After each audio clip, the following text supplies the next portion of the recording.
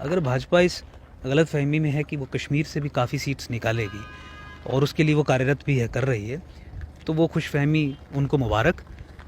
मैं उम्मीद करूंगा कि ये कश्मीर में ही अपने आप को इस्टेब्लिश करके वहीं से मैक्सिमम सीट्स निकालने की कोशिश करेंगे, क्योंकि जम्मू संभाग के लिए बहुत अनिवार्य है कि एकजुट जम्मू उनका नेतृत्व करे, क्योंकि एकजुट जम्मू केवल जम्मू संभाग की बात करेगा, अल्टीमेटली सेपरेट जम्मू स्टेट बनाने के लिए संघर्ष करेगा।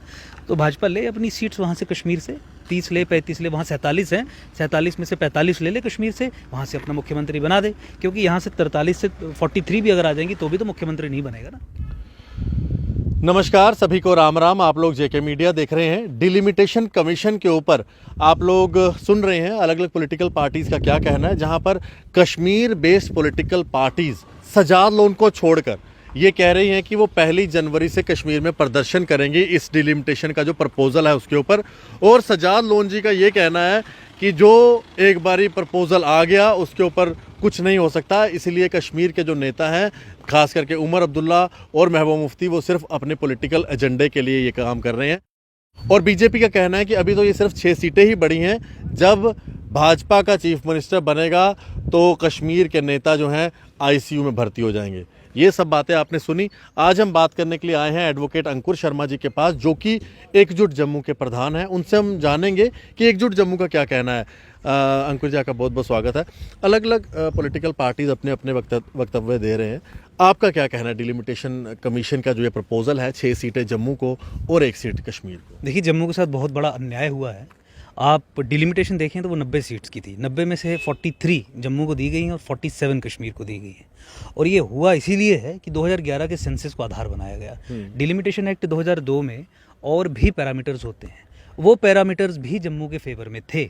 2021 के सेंसस के आधार पर यह कर दिया जाता, जिस तरीके से एकजुट जम्मू की डिमांड थी, इस ग्राउंड पे कि 2011 का सेंसस फ्रॉड और फज्ड है, एंटी जम्मू है, प्रो कश्मीर है, गलत तरीके से आंकड़ों को बढ़ाया गया है कश्मीर के फेवर में, पेपर जेनोसाइड किया गया है जम्मू का। तो जम्मू को 50 सीटें मिलती, कश्मीर को केवल 40 के करीब मिलती, 1-2 सीट ऊपर नीचे, 39 भी हो सकती थी, 51 भी हो सकती थी। अब ये 43, 47, तो ये जम्मू के साथ जो अन्याय पिछले 70 वर्षों से चल रहा है उसको बढ़ाने की दिशा में तो उठाया गया कदम है।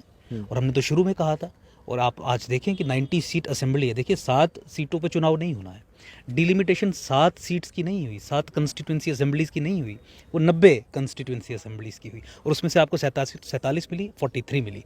अब देखिए, राजनीतिक कारणों से जिस तरीके से भी आंकड़ों को पेश किया जाता है वो एक दूसरा विषय है, लेकिन as a matter of fact हमें तो 50% सीट्स भी नहीं मिली हैं विधानसभा में। हमारी एंटाइटलमेंट तो करीब 50 की थी, उसके हिसाब से तो हमें सीट्स नहीं मिली हैं। तो देखिए, जिस समय आप झूठ को आधार बना के डिलिमिटेशन के प्रोसेस को आगे चलाएंगे, इसी तरीके की चीज़ें आ जाएंगी। और ये सीरियस इसलिए है क्योंकि 2011 के सेंसस के आधार पर डिलिमिटेशन करवाने का मतलब है पुनः अलगाववादियों को, प्रो सेपरेटिस्ट्स को, पाकिस्तानी फ्लैंक्स को एक एडवांटेजियस पोजीशन में रखना, अधिक सीट्स देके एक ऐसा सिस्टम बनाना जहां पे एक ट्रबल्ड एरिया में नेशनलिस्ट पॉपुलेशन एक होस्टेज के तौर पे प्रो सेपरेटिस्ट एस्टैब्लिशमेंट को दे दी जाए, एक कॉलोनी के तौर पे जम्मू को फिर से निर्मित कर दिया जाए, एक एनस्लेव्ड, एक सेकंड ऑर्डर स्टेटस में जम्मू को रखा जाए।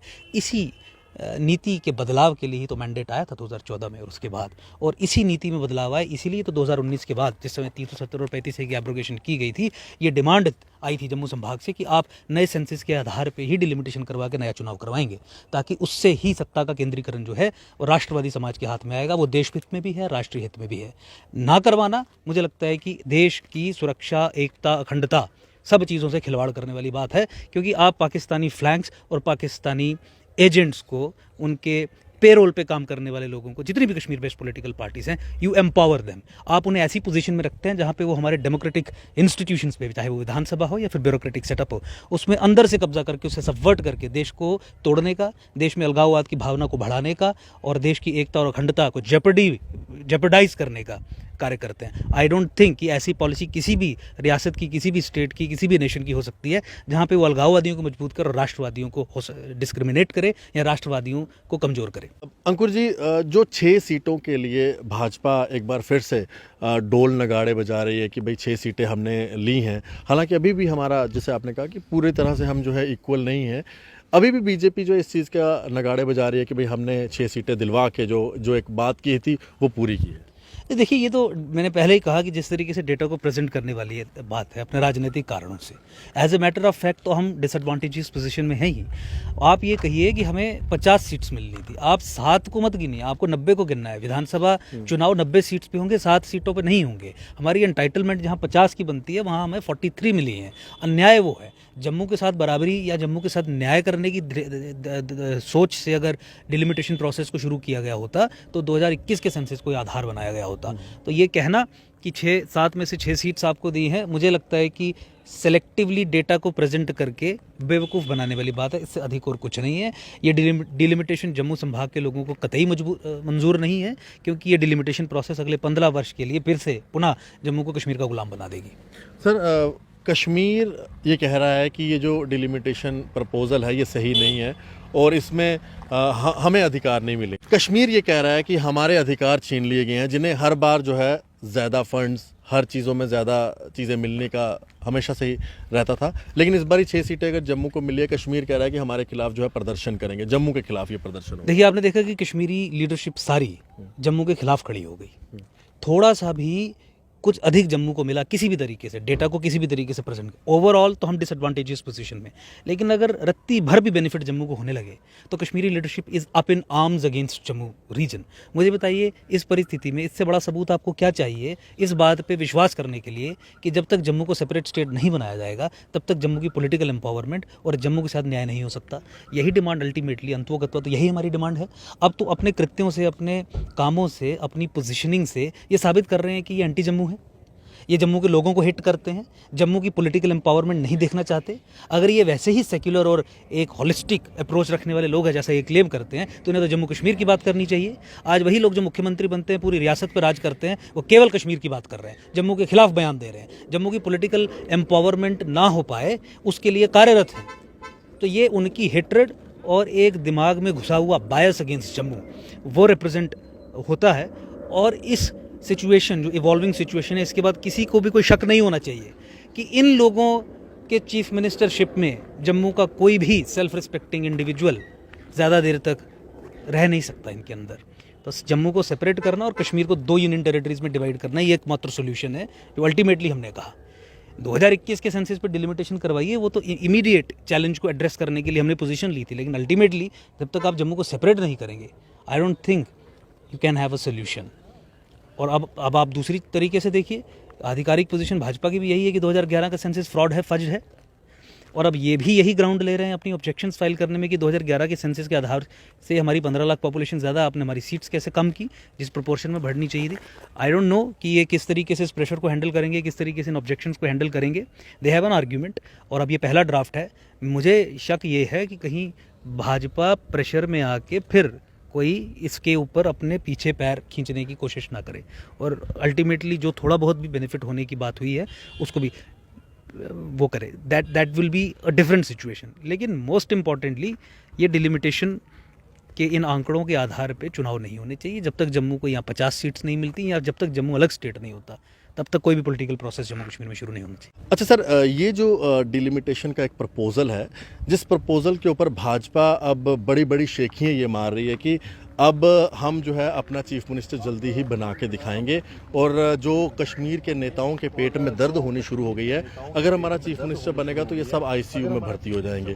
क्या इस प्रपोजल के साथ भाजपा अपना जो चीफ मिनिस्टर का सपना देख रही है, क्या पूरा कर सकती है? देखिए, तो बहुत रिटोरिकल बात हो गई। अपार्ट फ्रॉम गवर्नेंस फेलियर्स या जिस तरीके से जम्मू के लोगों की भावनाओं से खिलवाड़ करने का ट्रैक रिकॉर्ड रहा है पार्टी का, वो सब चीज़ें अगर आप देख लें और फिर देखें कि 43 सीट्स जम्मू खित्ते में आई हैं, तो किस तरीके से चीफ मिनिस्टर जम्मू संभाग का हो सकता है।